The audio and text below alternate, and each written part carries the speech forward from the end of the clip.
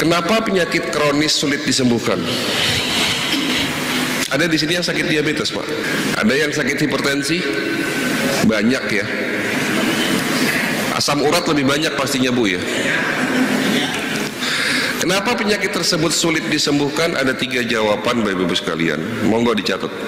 Jawaban pertama, karena gaya hidup yang keliru. Sesungguhnya kita sebagai muslim sudah diajarkan dan dicontohkan bagaimana gaya hidup yang baik. Dicontohkan oleh siapa? Ya tentunya oleh Nabi kita Rasulullah SAW Muhammad, ya, di mana kehidupan kesehariannya beliau itu banyak hal yang patut kita contoh. Salah satu contohnya adalah Nabi makan di saat lapar, berhenti makan sebelum kenyang. Ada sabda Rasulullah yang berbunyi, sisakan lambungmu untuk sepertiga makanan, sepertiga air, dan sisanya adalah udara. Jadi artinya di sini makan jangan berlebihan. Bahkan ada satu buku yang menarik, ini menjadi referensi bacaan Bapak Ibu di rumah. Walaupun memang buku ini sudah mulai jarang di toko buku. Judulnya Sehat ala Rasulullah, di mana dalam buku itu diriwayatkan, diceritakan bahwa Nabi kita ini jarang sekali makan malam, Pak. Beliau berhenti makan sebelum sholat Isya.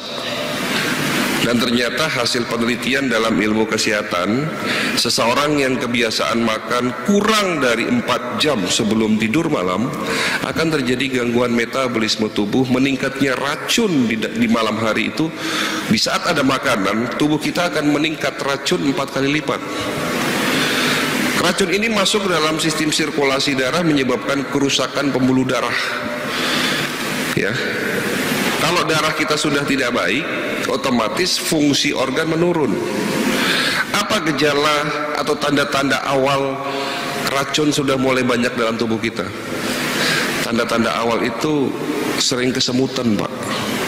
Ini kakinya sudah mulai selonjoran. Sudah mulai kesemutan ya, Pak. Ya enggak apa-apa karena Bapak usianya sudah lanjut. Tetapi di sini ada anak muda yang umur masih 15 tahun, 20 tahun sudah mulai kesemutan. Nah, ini kan nggak benar ya. Kalau usia 70 tahun kesemutan ya wajar ya. Itu penyakit U namanya. Ya. Terus tanda-tanda lain, sering capek, sering lelah, napas pendek, sering migrain dan sebagainya, itu merupakan tanda-tanda sudah mulai banyaknya racun yang masuk dalam tubuh kita dan merusak sistem organ. Jadi Bapak Ibu sekalian, kalau Bapak periksa di apotik maupun periksa di lab, kolesterolnya tinggi, ya jangan khawatir gitu loh, jangan buru-buru atau dikit-dikit minum simvastatin gitu ya. Jadi yang kolesterolnya tinggi pasti di rumah punya simvastatin ya. Karena sesungguhnya kolesterol itu dibentuk di dalam tubuh kita, itu punya tujuan yang baik. Apa fungsi kolesterol? Tapi kita selalu kok takutnya sama kolesterol justru ya. Ini kalau kolesterol tinggi, wah panik gitu ya.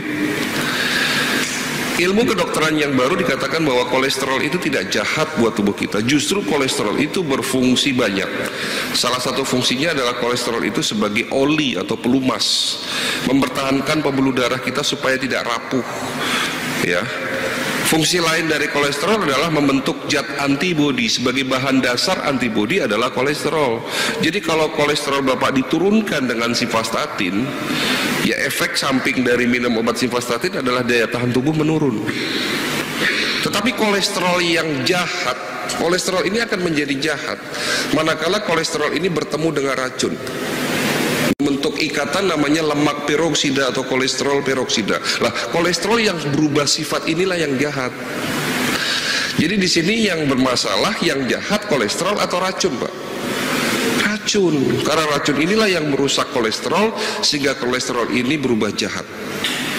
Mengeras, mengendap, menyebabkan sumbatan pembuluh darah. Jadi kalau ada pemeriksaan di kepala, ada penyumbatan di otak, lalu sumbatan ini kata dokter ada kolesterol, ya salah dan benar statement tersebut ya. Yang dimaksud sumbatan yang ada di pembuluh darah itu manakala kolesterol yang sudah dirusak oleh racun. Kalau kolesterol murni, Pak, dia tidak akan menyebabkan sumbatan, Pak. Kolesterol tidak akan menjadi menggumpal, tetapi kalau kolesterol yang menggumpal menyebabkan sumbatan-sumbatan, itu pastinya sudah dirusak oleh racun. Racunnya dari mana tentunya? Dari gaya hidup yang salah. Kurang minum air putih, makan malam, makan berlebihan, makanan tidak seimbang, kurang istirahat, begadang, dan sebagainya. Nah, saya ada satu cerita, ini cerita menarik. Beberapa bulan yang lalu saya didatangi oleh pasien ibu-ibu usia 55 tahun sakit gangren diabetik. Tahu Pak sakit gangren diabetik? Jadi beliau mengidap sakit diabetes sudah lebih dari 10 tahun. 1 tahun terakhir kaki sebelah kanannya itu membusuk. Ada luka yang tidak sembuh-sembuh. Jadi seluruh telapak kakinya ini membusuk, menghitam, ya. Bahkan waktu datang ke klinik saya itu jari-jari kakinya sudah mulai copot satu-satu, Pak. Beliau datang begini, "Dok, apakah tidak ada cara lain supaya kaki saya sembuh tanpa harus diamputasi?" Jadi ternyata sudah berobat kemana-mana. Dokter terakhir di rumah sakit yang beliau kunjungi itu menyatakan ini kaki ibu tidak bisa diselamatkan dan harus segera dipotong. Dan tidak main-main, dipotongnya di atas mata kaki, karena ini telapak kaki sudah membusuk semua. Tolong dokter resepkan obat herbalnya, ya, supaya kaki saya sembuh tanpa harus dipotong. Beliau bertanya begitu kepada saya, dan apa yang saya lakukan, saya tidak langsung beri obat, tetapi yang kami lakukan adalah melakukan sebuah observasi, di mana alhamdulillah 10 tahun terakhir ini, Bapak Ibu sekalian, klinik Rumah Sehat Holistik Indonesia didukung dengan teknologi, dan salah satu teknologinya adalah teknologi medical check up. Ya, di mana alat ini kami temukan waktu kami masih belajar di kota Beijing. Alat ini pada tahun itu 2010 itu belum ada di Indonesia. Bahkan sampai hari ini pun masih jarang. Sudah ada beberapa tempat tapi masih jarang. Ya, di mana alat ini punya beberapa kelebihan, memeriksa tubuh Bapak tanpa harus dikeluarkan darah Bapak.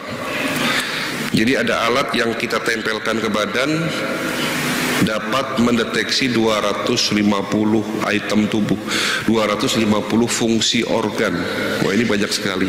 Ini kalau di print semua 20 lembar itu. Ya. Dan kelebihan lain dari alat tersebut dapat mendeteksi kadar racun dalam tubuh kita. Ini paling penting, Pak. Jadi yang diperiksa itu seharusnya yang utama adalah racun dalam tubuh kita. Dalam bahasa kedokteran namanya radikal bebas. Ya. Jadi jangan hanya periksa kolesterol, asam urat, gula darah. Justru pertama kali yang harus diperiksa adalah kadar radikal bebas dalam tubuh kita itu seberapa tinggi. Nah, alat tersebut mampu mendeteksi racun atau radikal bebas dalam tubuh kita. Nah, singkat kata, alat itu saya datangkan ke Indonesia kurang lebih 10 tahun yang lalu, ya. Sampai hari ini masih saya pakai, ya. Beliau saya periksa pakai alat tersebut, dan hasilnya ada 3 organ yang rusak. Yang pertama adalah liver, kedua adalah pankreas, yang ketiga adalah ginjal. Ginjalnya tinggal 40%. Ternyata beliau tidak sadar, selama ini fokus di kakinya. Sebentar lagi kalau ginjalnya tidak segera diobati akan gagal ginjal pastinya. Dan perlu Bapak Ibu ketahui, 70% kasus gagal ginjal di Indonesia itu latar belakang sebelumnya adalah penyakit diabetes dan hipertensi. Jadi Bapak Ibu sekalian yang menderita sakit diabetes hipertensi, hati-hati, karena 70% gagal ginjal di Indonesia itu disebabkan karena komplikasi dari diabetes dan hipertensi.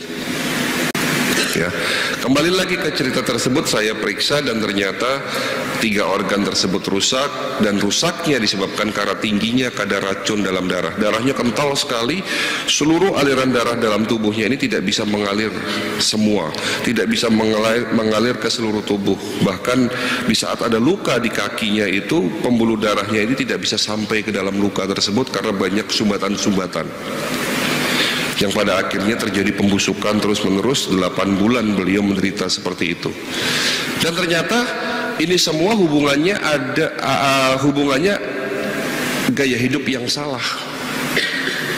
Ya, setelah saya tanya lebih lanjut, Beliau ngaku akhirnya, dok, iya saya sakit seperti ini sepertinya karena memang dari kecil gaya hidup saya salah.